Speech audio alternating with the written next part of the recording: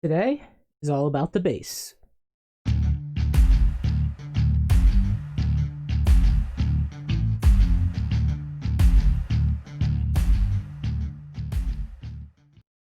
Hi guys, Jonathan from Two Raven Studios. Welcome. I do painting videos, I do model reviews, and other gaming content, so if that interests you, make sure you subscribe so you don't miss out on any of that. What we're going to do today is work on this urban rubble base that I made. Before we get into how I painted it, I just want to describe a little bit how I made it. So you have this big concrete slab on top. That is made from this Gale Force 9 concrete rubble. It's actually just broken up plaster, so if you don't feel like buying something, you can just get some plaster, pour it in a plate, crack it apart, and make it yourself. You can kind of see there's a little bit of rebar and wire connecting the two. That's just a paper clip. And then you have these pipes in the front, which are made from plasticard. So it's just plasticard tubing. Other than that, it's just glue poured over the base and a little bit of sand and dirt mixed in, and primed it up and got to painting. So I primed it black. I did a white kind of spray over top to give it a little bit of a zenithal highlight, and then we're going to get right into painting it. So let's hop right into that. So we're going to start off with the airbrush, and we're using dark warm gray from Pro Acrylics, just spraying all over this base, just giving it a nice even coat. So this is going to be the dark base that we start from.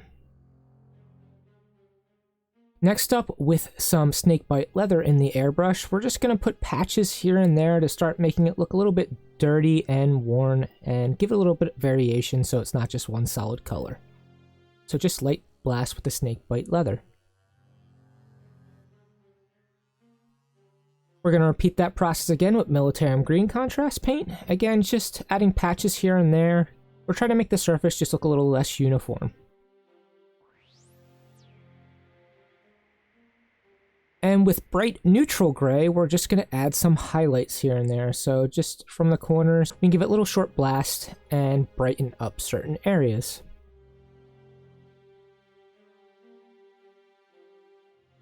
Once this is done, we're done with the airbrush.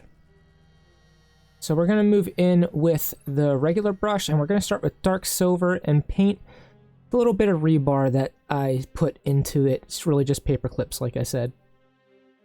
And then we're going to paint the pipes coming out the front with bronze from Pro Acrylic.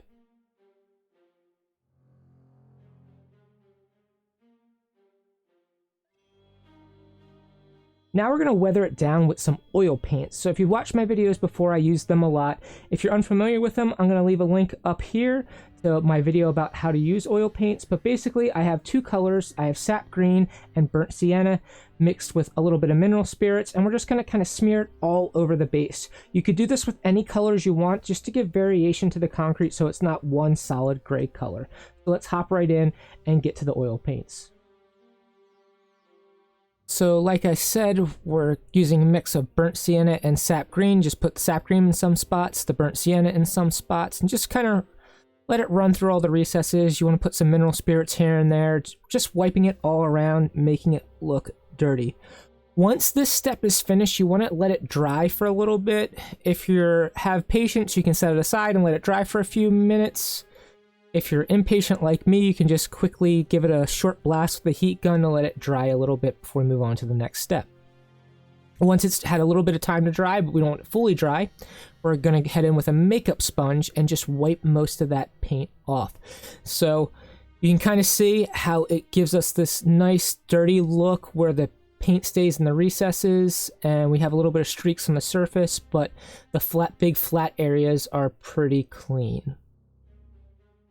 Once that's finished, we want to give it time to dry, because if we start moving on to the next step before the oil is completely dry, it's going to kind of beat up because oil and water don't mix. To speed up that process, what I actually did though is I hit it with some varnish to seal in the oil paints so I could move right on to the next step. I used Tester's Dull Coat for that. It's my varnish of choice, but I just gave it a quick spray of that, let it dry, and then we're moved on to the next steps. Now that we're ready for the next steps, we're going to go in with a nice big brush, and we're going to dry brush on some of that bright neutral gray we used earlier. Just hitting the sharp edges and making sure we have some highlights.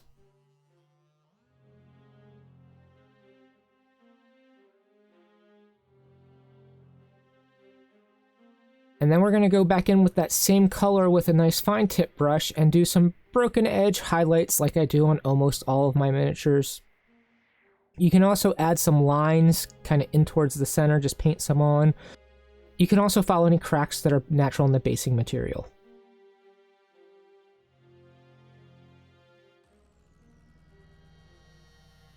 And I'm also going to use some light bronze to just highlight the edges of the pipe. We're going around the rims of the edge along the top a little bit, just adding a little bit of depth by highlighting the edges.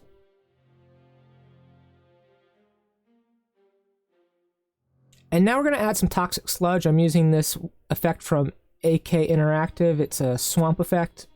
You can make your own with some water effects and paint, but all I'm going to do is with an old brush, I'm just brushing on, coming out of the pipes and pulling up in the front.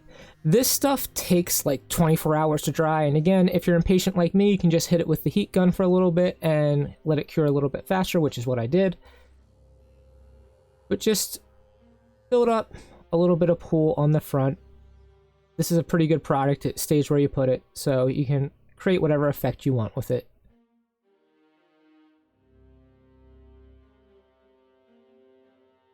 And this is the final product. I painted the rim black, put some tufts. They're winter tufts from Army Painter, if you're wondering. And it's pretty quick, easy way to do some urban rubble basing, kind of like an old factory industrial look to it. This is actually for a character, it's why it's kind of raised up and a little bit more detailed than you would do for your rank and file, but I'm pretty happy with how this turned out.